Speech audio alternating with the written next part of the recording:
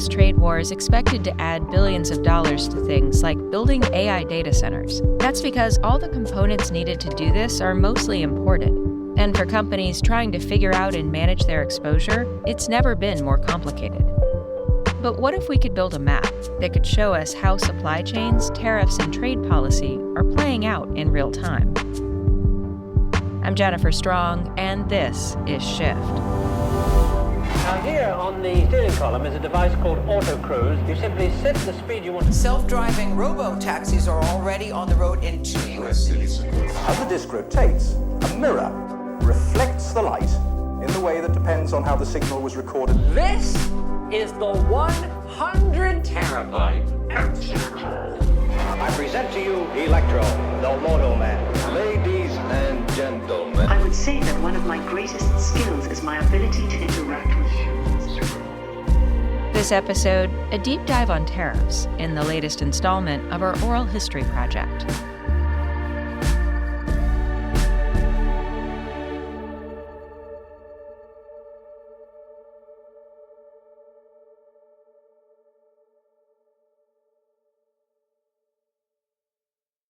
Harness the power of AI agents at scale without vendor limitations. The agency, spelled AGNTCY, is the open-source collective building the Internet of Agents to enable seamless agent-to-agent collaboration. Explore use cases on agency.org now. That's agntcy.org.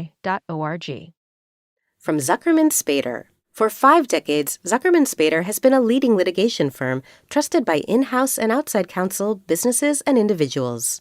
With offices in Washington, Baltimore, New York, and Tampa, Zuckerman Spader serves clients throughout the country and around the world in high-stakes disputes, enforcement matters, investigations, and at trial. When the lawyer you choose matters most. Online at Zuckerman.com.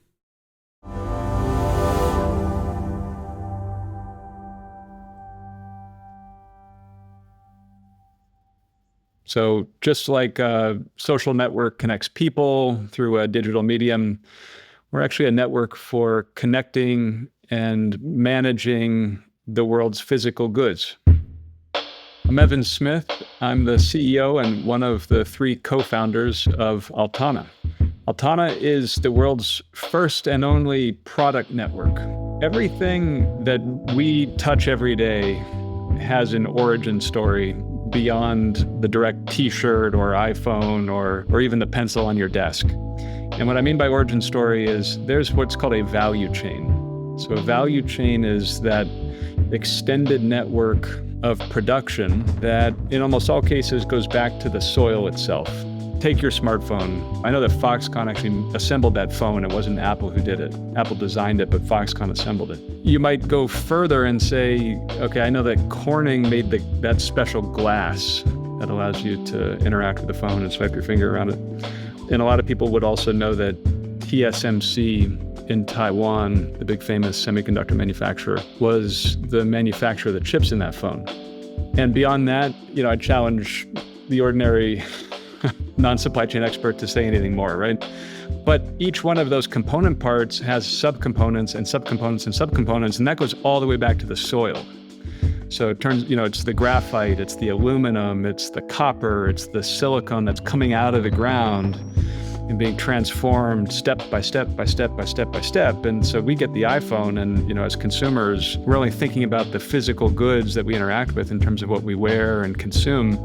And what Altana does is actually illuminate and make it possible to manage that whole value chain of production, really for every single product on Earth. And the way we do that is we use artificial intelligence applied to the largest network of supply chain data that's ever been connected. And we render all these billions and billions and billions of supply chain data points into this Google Maps for the supply chain that makes it possible to see the comings and goings and movements and transformations of all these physical goods across all the facilities in the world, managed by all the companies in the world.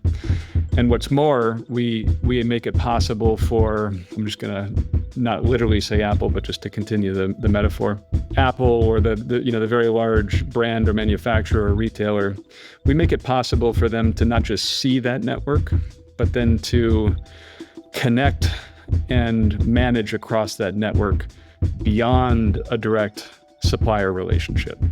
And you say, okay, well, why is that interesting and why is that even novel? The answer is that over the last 75 years, the trend in global business has been toward globalization.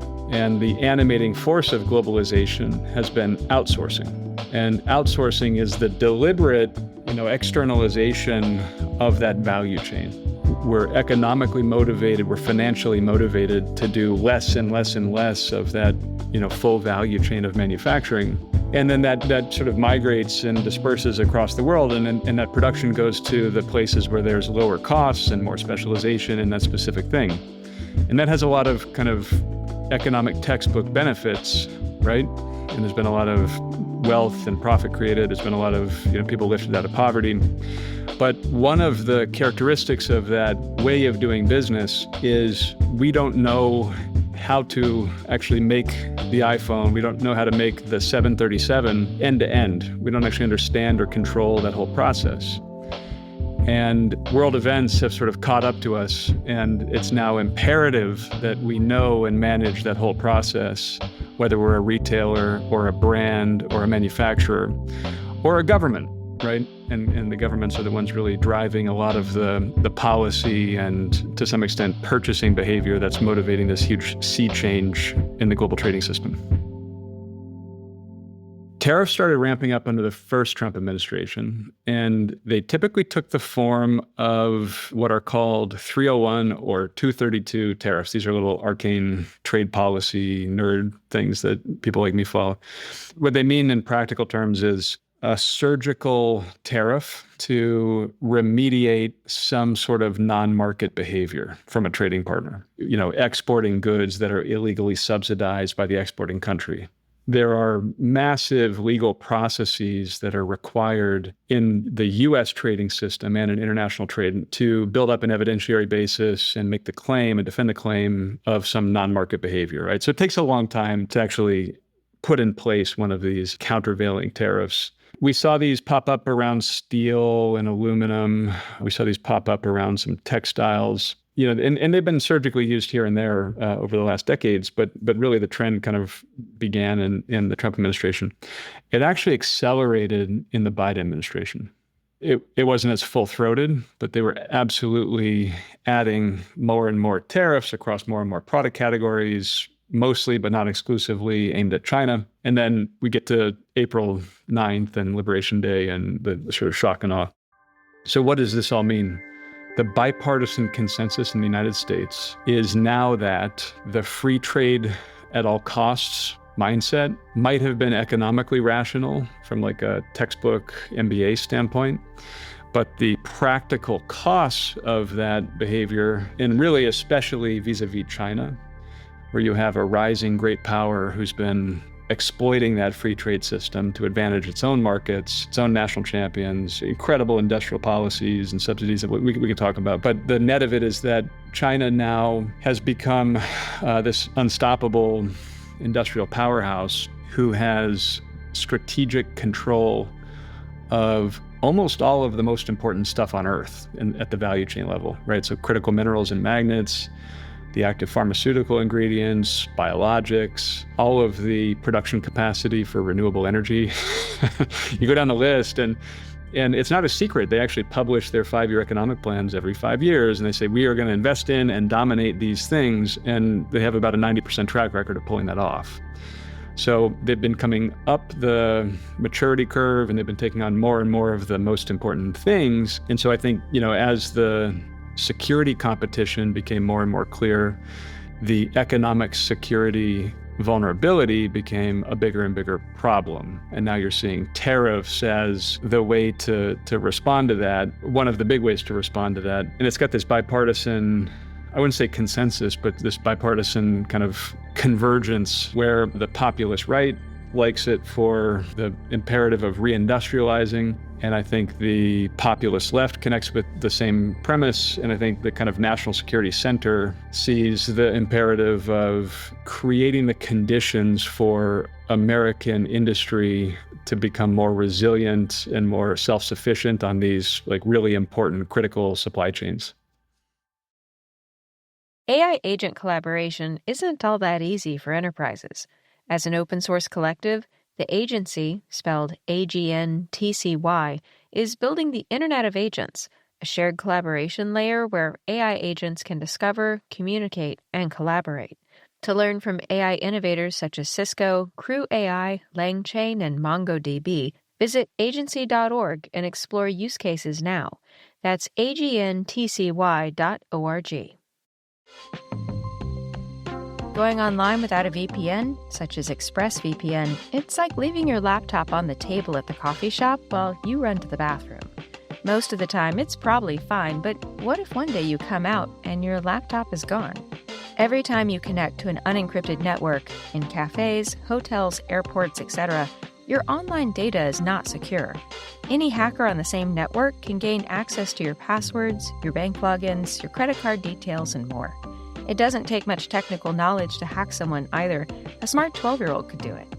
But it could take a hacker with a supercomputer over 1 billion years to get past ExpressVPN's encryption. It's easy to use, and it works on all types of devices. It's what I use on mine because I'm on the road a lot. Secure your online data today by visiting expressvpn.com/shift. That's expressvpn.com/shift to find out how you can get up to 4 extra months free. expressvpn.com/shift.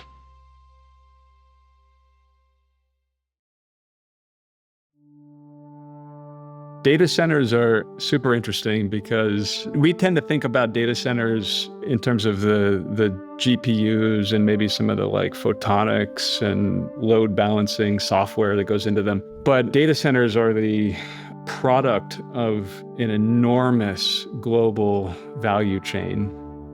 And even just the build out of the data center itself is its own kind of massive bill of materials, right? Like between the concrete, the copper, the steel, you go down the list and it's its own little factory, right? Or I should say its own big factory. So the point to make there is that a data center is sitting on top of this massively complex and interconnected and vulnerable global value chain. So tariffs accumulate and they add to the cost of the data centers and the buildup and accumulation of tariffs. And I think the other more profound thing to explore is like, in this trade war, China pulled this massive lever on the United States, which is the export controls of critical minerals and permanent magnets. And that sounds kind of niche and why is that interesting? But it's such a big deal. It's because China has amassed a virtual monopoly on the refining and processing of all these critical minerals. So things that, turn into explosives, things that turn into advanced electronics, just about everything in a data center runs through China. And so do, the world's pharmaceuticals, and so do the world's automotives, and so do the world's biologics, and you go down the list. But for critical minerals in particular, and if you think about artificial intelligence as the commanding heights of the 21st century, the entire value chain of a data center is fundamentally dependent on China giving us permission to make it. And that's a profound vulnerability. And what they did in the negotiation, and what they're still doing, frankly, is withholding the export of those products that they have a virtual lock on as negotiating leverage in the trade deals. And so I don't know how this one's going to play out, but I think that's going to be, one of the most interesting things that happens in the whole trade war over the next couple of years. And it has obvious implications to the AI race, but it also has these very deep and practical implications for our defense industrial base. If your adversary controls your ability to make explosives, or to make the coatings on a stealth fighter, or to make the chips that would then go into all your advanced missiles and guidance systems, I don't know, that's a pretty fundamental existential vulnerability. And there's no prospect for remediating that in the immediate term. We're about 7 years in. We've raised just under $400 million in venture capital, companies valued at $1 billion. We're fortunate to work with the biggest companies and government agencies on earth. Right. So our go-to-market has been really aimed at these very large manufacturers and government agencies and logistics providers that not only have a lot of data about the supply chain network, but that are very large actors in the supply chain network because we're using them to then pull in their broader ecosystem. We built a platform that uses artificial intelligence at every single layer of the stack, right? So we're using artificial intelligence to process and render and combine and make sense of all this federated data across, these both public and private data sources. We use artificial intelligence to actually map out those value chains. We use artificial intelligence to do things like determine the nature of all the products in the world and their customs classifications and their rules of origin for, trade compliance and tariff purposes, their actual tariff claims we use AI for. And then we use AI to detect risk and to compute business interruption and the expected value of a failure in one part or the other. So as you kind of go up and up the stack, we're using AI. And then in the user interface itself, we have all these agentic workflows that help our customers deal with this complexity and kind of do work while they're away. A lot of people are saying, hey, the markets spoke and, everyone's at the negotiating table again. I would take the underside of that bet. I would say we're probably in the early stages of this whole cycle of trade disruption and trade dislocation. I think it's going to persist past the Trump administration. And I see that as really the consequence of those mega trends that I spoke to in the beginning. You've got China rising and the great power competition and all the national security and economic security struggles that are playing out. You've got the climate crisis, and you've got this structural fragility that everyone's racing to solve, which in a lot of ways is getting exacerbated by the first and second. So you're going to see more tariffs, more component-based tariffs, more export controls, more investment restrictions, more industrial policy, basically more government engagement and to some extent, control of the global trading system than ever before. And when I talk to boards of directors and C-suites and our customers, and again, our customers are very large organizations, Fortune 500 companies, and to a T, everyone has told me that the number one issue, consideration in steering their businesses over these time horizons is no longer markets, it's geopolitics. This episode was produced by me and Emma Cillekens and mixed by Garret Lang, with original music from him and Jacob Gorski. Thanks for listening. I'm Jennifer Strong.